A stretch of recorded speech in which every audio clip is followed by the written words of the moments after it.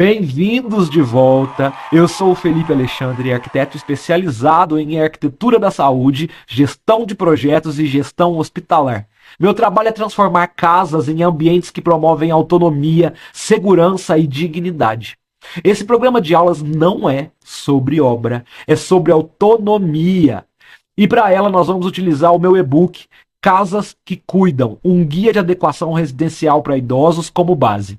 E eu quero que você guarde principalmente que toda queda evitada é um amanhã garantido. E toda adaptação que fazemos hoje prolonga a autonomia e rende dias mais leves, tanto para quem cuida quanto para quem é cuidado. Se essas frases fazem sentido para você, comenta aqui qual é a sua maior preocupação dentro de casa hoje. E antes de seguir, deixa aqui o seu like no vídeo. E se você não segue o canal, se inscreva e não se perca de nós nessa jornada. Gente, esse e-book, esse que nós estamos falando, nasceu de um incômodo e de um propósito meu ao entender, também de forma dura, que um pequeno descuido no ambiente pode custar a independência e também vidas. Foi a partir daí que eu mergulhei ainda mais fundo na arquitetura para a saúde, no controle de infecção, na ergonomia do cotidiano e na psicologia ambiental. O resultado é esse nosso trabalho aqui e o guia que é direto, humano e aplicável para transformar casas em espaços seguros. Reparem que se na aula 1 você aplicou a vistoria de 15 minutos e escolheu suas 3 prioridades, hoje nós vamos colorir a casa e falar sobre contraste. Bom, vamos lá? Todo mundo pronto? Peguem as suas anotações e muita atenção, porque cor aqui não é maquiagem, cor não é enfeite, cor é sobre viver ou tropeçar. Você já tinha parado para pensar nisso? Que cor é a orientação, e em casas com idosos a psicodinâmica das cores serve para reduzir a ambiguidade visual, guiar o olhar e acelerar decisões tipo onde pisar, onde apoiar, onde acionar. Sem overdesign é sinalização silenciosa. Tá bom. Ela reduz a ambiguidade, ela guia o olhar, ela acelera a decisão, onde pisar, onde apoiar, onde acionar, mas a promessa dessa aula é que no final você terá claro o que é a regra dos 3 contrastes por ambiente para validar escolhas e também terá um roteiro de implementação. Sem mais spoilers, vamos direto ao ponto. Em ambientes de uso diário, legibilidade vale mais que exuberância. E nós precisamos organizar a leitura espacial separando 3 pontos principais. 1. Planos. 2. Volumetria. 3. Comandos. Planos. Nós vamos considerar como planos o piso, a parede, o teto. A volumetria é o que salta do fundo, são as barras, os corrimãos, os puxadores. E 3 comandos são o que precisa ser encontrado, sem pensar. São os interruptores, as maçanetas, os registros, as torneiras. E para analisar como estão os níveis, ou até mesmo o quão efetivo esses pontos estão, nós vamos aplicar o que eu chamo de regra dos 3 contrastes. Piso versus parede, por exemplo, se a borda do chão está nítida e salta aos olhos. Apoio versus o fundo, se as barras, os corrimãos, são visíveis sem esforços. Se o comando versus o fundo, como estão as placas, os botões, as alavancas, em oposição de cor e contrastes claras. E aqui, gente, atenção, porque se um desses 3 contrastes faltam, a orientação perde força. Imagine aqui o seu ambiente em preto e branco. Se a borda, ou o apoio, ou o comando some, o contraste está fraco. E você precisa corrigir isso. Felipe, como que eu consigo ver ou entender isso na prática? Tira uma foto agora do ambiente em preto e branco e me marca no Instagram, no @AlexandreOFelipe. Tudo junto, Felipe com E, tá? Vamos ver se o contraste da sua casa passa nesse teste. De qualquer forma, você precisa fotografar os pontos críticos, os planos, a volumetria e os comandos e aplicar um filtro preto e branco, um filtro PB, né, no celular mesmo. Se o plano parecer perder as bordas, você precisa subir um nível de contraste na cor dessas bordas. Esse é o jeito, por exemplo, de corrigir. Seguindo essa métrica, eu vou pontuar algumas aplicações chaves em alguns locais, tá? Degraus e desníveis. Nós devemos marcar no mínimo o primeiro e o último degrau com faixas de 2 a 3 centímetros em tom claro ou escuro, depende do contraste, mas sempre antiderrapante. Nas bancadas, nós temos que realçar a borda com perfis metálicos ou até mesmo de PVC, e aqui eles podem ser chanfrados ou boleados. Arredondados mesmo, tá? Porque o canto boleado ele melhora a leitura tátil. Em barras e corrimãos, sempre visíveis contra a parede, mas sempre fosco, tá? Sempre em cores e acabamentos foscos. Interruptores e tomadas.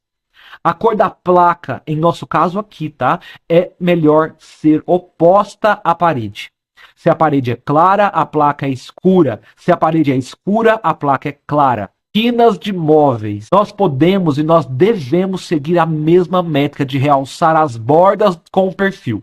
E nada de camuflagem. O importante é realmente criar linha de leitura. Tapetes, se ainda mantiverem os tapetes, borda visível e base emborrachada. Mas qual que é o mínimo de intervenção que eu devo fazer depois de analisar os contrastes? Gente, tenta manter pelo menos um contraste forte por ambiente, sempre visível, desde o ponto de entrada do ambiente. Agora reparem aqui que lá no briefing inicial podem ter surgido algumas pontuações que nós precisaremos trabalhar com atenção nesse momento. Não só aqui, mas em todo o processo, né? Mas aqui nós temos algumas especificidades. Com os anos, a visão não é mais a mesma. Ou catarata, ou glaucoma, ou DMRI, enfim. Talvez você esteja cuidando de alguém que já enxerga um mundo diferente. O que nós estamos falando aqui pode ser a diferença entre autonomia e dependência. Algumas dessas condições, elas mudam a forma como a cor ou a luz são percebidas. E é importante a atenção para alguns ajustes finos, sem nenhum drama, sem nenhum sensacionalismo, tá? Em caso de catarata ou a lente dos olhos mais amarelada, é importante favorecer o contraste quente, tipo cor areia versus grafite. Evitar azuis pálidos e superfícies brilhantes.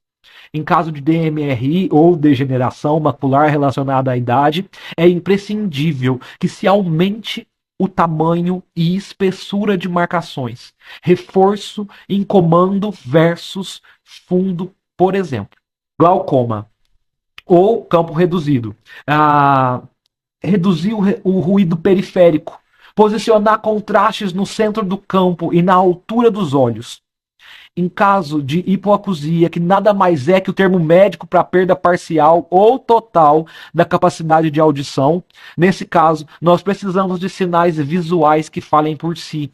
É interessante utilizarmos aqui alguns pictogramas com comandos em alto contraste.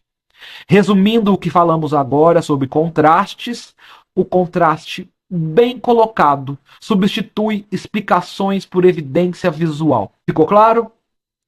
Comenta aqui, me conta aqui. Vamos falar de psicodinâmica aplicada? Vem comigo. A base mais difundida que funciona, tá? E tem alta aceitação são as cores que eu chamo de neutros quentes em tons médios. Areias, fende, cinzas quentes, madeiras naturais e metais. Sempre foscos, na cor grafite, champanhe ou inox escovado. É uma paleta intermediária em tons, tá? Evite sempre monocromia, chapada e brilhos agressivos. E por que eu foco sempre nos metais em acabamento fosco? Percebam que quanto mais brilho, maior a chance de ofuscamento e de um ambiente sumir na câmera, no olho. A dica de aceitação, né? O branco absoluto ele comunica limpeza, mas em residência ele continua atuando estéril. Quebre com texturas quentes e pontos especiais que sejam funcionais, não necessariamente decorativos, tá? A âncora de linguagem que a gente deve usar com o cliente é sempre: nós vamos colorir a casa, mas vamos fazer ela explicar o caminho e as funções. Anota agora alguns nomes de tintas que, mesmo sem publicidade, eu faço questão de entregar. São da Souvenir. Os tons que eu mais uso são o inverno gelado, o gélido, papel picado, sacola de lona, o crômio. Esses todos são tons cinzas e também quentes, que podem ser um norte aí para você, tá? Agora, voltando lá nos detalhes do briefing, eu quero comentar e abrir espaço para quando tivermos moradores com lapsos de memória. Nessa situação, a estratégia é muito parecida com o que nós falamos para casos de hipoacusia. Nada mais importante que orientação gentil. E para isso, nós devemos usar pictogramas grandes e simples. Em banheiro, em cozinha, marcando a saída ou a entrada, mas sempre em alto contraste. Rotule apenas o necessário, tá? 2 portas mais usadas, uma cor específica por cômodo. Use azul suave no banheiro, um âmbar na cozinha. Criar uma estação de memória perto da porta facilita muito também. Ali você sempre vai conseguir encontrar as suas chaves, os óculos, o celular. Enfim, é um jeito de conseguir setorizar isso e ajudar na memória, tá? Vamos testar? Vamos colocar em prática? Eu vou chamar esse momento aqui na nossa aula de laboratório de cor. Faz o exercício, tá? Segue aí o exercício, tira print e posta nos comentários aqui do vídeo para eu ver. O exercício 1, ele chama mapa de contrastes. Pegue 3 fotos: entrada, escada, corredor ou sala e banheiro. Faz o teste P e B. Em cada foto você marca com o dedo onde a borda some. Escolhe um contraste por foto para resolver. Um exemplo: se a placa está escura no interruptor, a barra grafite, faixa no degrau, enfim, escolha cada um deles. O exercício 2, ele chama um tom a mais. Abra o leque de cores da sua tinta base, suba 1 ou 2 casas a saturação, apenas onde precisa. O fundo continua calmo, tá? Mas o funcional aparece. Bom, recapitulando agora, ambiente por ambiente. Tomem nota que vai servir como checklist para vocês. Entrada e escadas. Corrimão contínuo e visível. Primeiro e o último degrau marcados. O rodapé um tom abaixo, desenha o piso. A maçaneta, a alavanca, legível. Se tem lapso, pictograma de saída e entrada. Na circulação e na sala, piso versus parede contrastados, assentos com braços que saltam do piso, evite vidro invisível, transparente em rota, interruptores sempre visíveis nas mudanças de direção, luz quando necessário. Na cozinha, bordas de bancada, na cozinha, bordas de bancada realçadas, puxadores com contrastes, zonas por cor mínima, áreas de área seca, limpeza e área úmida. 2 a 3 portas com rótulo legível, nada de preto brilhante em área de preparo. Banheiro, barras em cor oposta, assento com leve contraste, box antiderrapante mais a borda marcada, sem tapete têxtil externo. Comandos legíveis, detalhe: se você usar azul ou vermelho, use um ponto discreto, que daí não grita, tá? Cama que se destaca do piso, cabeceira diferente da parede, puxadores com pega clara. Rota luminosa até a porta. Se lapsos de memória, ícones, roupa no armário, por exemplo. Área externa. Piso que mostra água e limo. O que está molhado, o que está seco. Bordas e degraus evidenciados. Número da casa visível à noite com contraste e luz. Os 7 erros mais comuns, e vamos aproveitar para solucionar cada um deles, tá? São os erros que eu mais encontro em casas no Brasil. Erro 1, monocromia total. Sensação de casa limpa, mas deixa a casa invisível. Crie contraste só nos pontos funcionais. Erro 2. Brilho alto em áreas de passagem. Isso ofusca e apagam as bordas. Perde-se a profundidade. Deve-se utilizar sempre fosco ou acetinado. Tá? Erro 3. Placas de interruptor camufladas. São bonitas, mas é um detalhe ilusionista. Placa sempre em cor oposta à parede. Erro 4. Barras no mesmo tom da parede para elas sumirem e elas somem de verdade. E a barra, gente, ela tem que aparecer. Erro 5. Vidro transparente na rota. Sumiço perigosíssimo. Risco de bater a testa ou de tropeçar. Para resolver, a borda sempre deve ser marcada ou ter um material alternativo. O erro 6. Estampa miudinha. Vira um ruído. Embaralha a vista. E o melhor é priorizar texturas amplas de leitura clara. Erro 7. Puxadores invisíveis. Gente, nós temos que ter pega clara e contraste, mesmo que pouco. Não se enganem. Vamos sempre trombar com as seguintes situações. Ah, mas vai ficar colorido demais. Não. O fundo continua calmo. Só o funcional aparece. Ah, mas eu gosto de tudo branquinho. A gente mantém a base clara e potencializa os pontos de leitura de formas mais visíveis. Eu não quero que pareça hospital, nem eu. Textura e contraste elegante no equilíbrio certo resolvem sem hospitalizar o ambiente. Vamos agora para a mão na massa, tá? Checklist, anota aí. 1. Fotos P e B dos pontos críticos. 2. Escolha um contraste por ambiente. 3. Marque degraus e troque placas camufladas. 4. Realce quinas, puxadores invisíveis. 5. Em casos de lapsos de memória, 2 pictogramas mais uma estação de memória. 6. Revalide com o morador. Encontrou sem pensar? Se ele hesitar, sobe um nível. Nós estamos chegando agora no final da nossa aula 2 e nunca se esqueça. Segurança é carinho em ação. E cada um dos detalhes desse material aqui que você aplica é uma forma de dizer eu me importo com você. Se você quiser apoio, me avisa.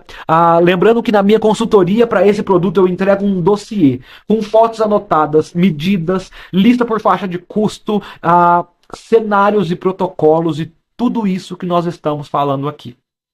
Segurança é carinho em ação. E na aula 3, nós vamos acender essa orientação.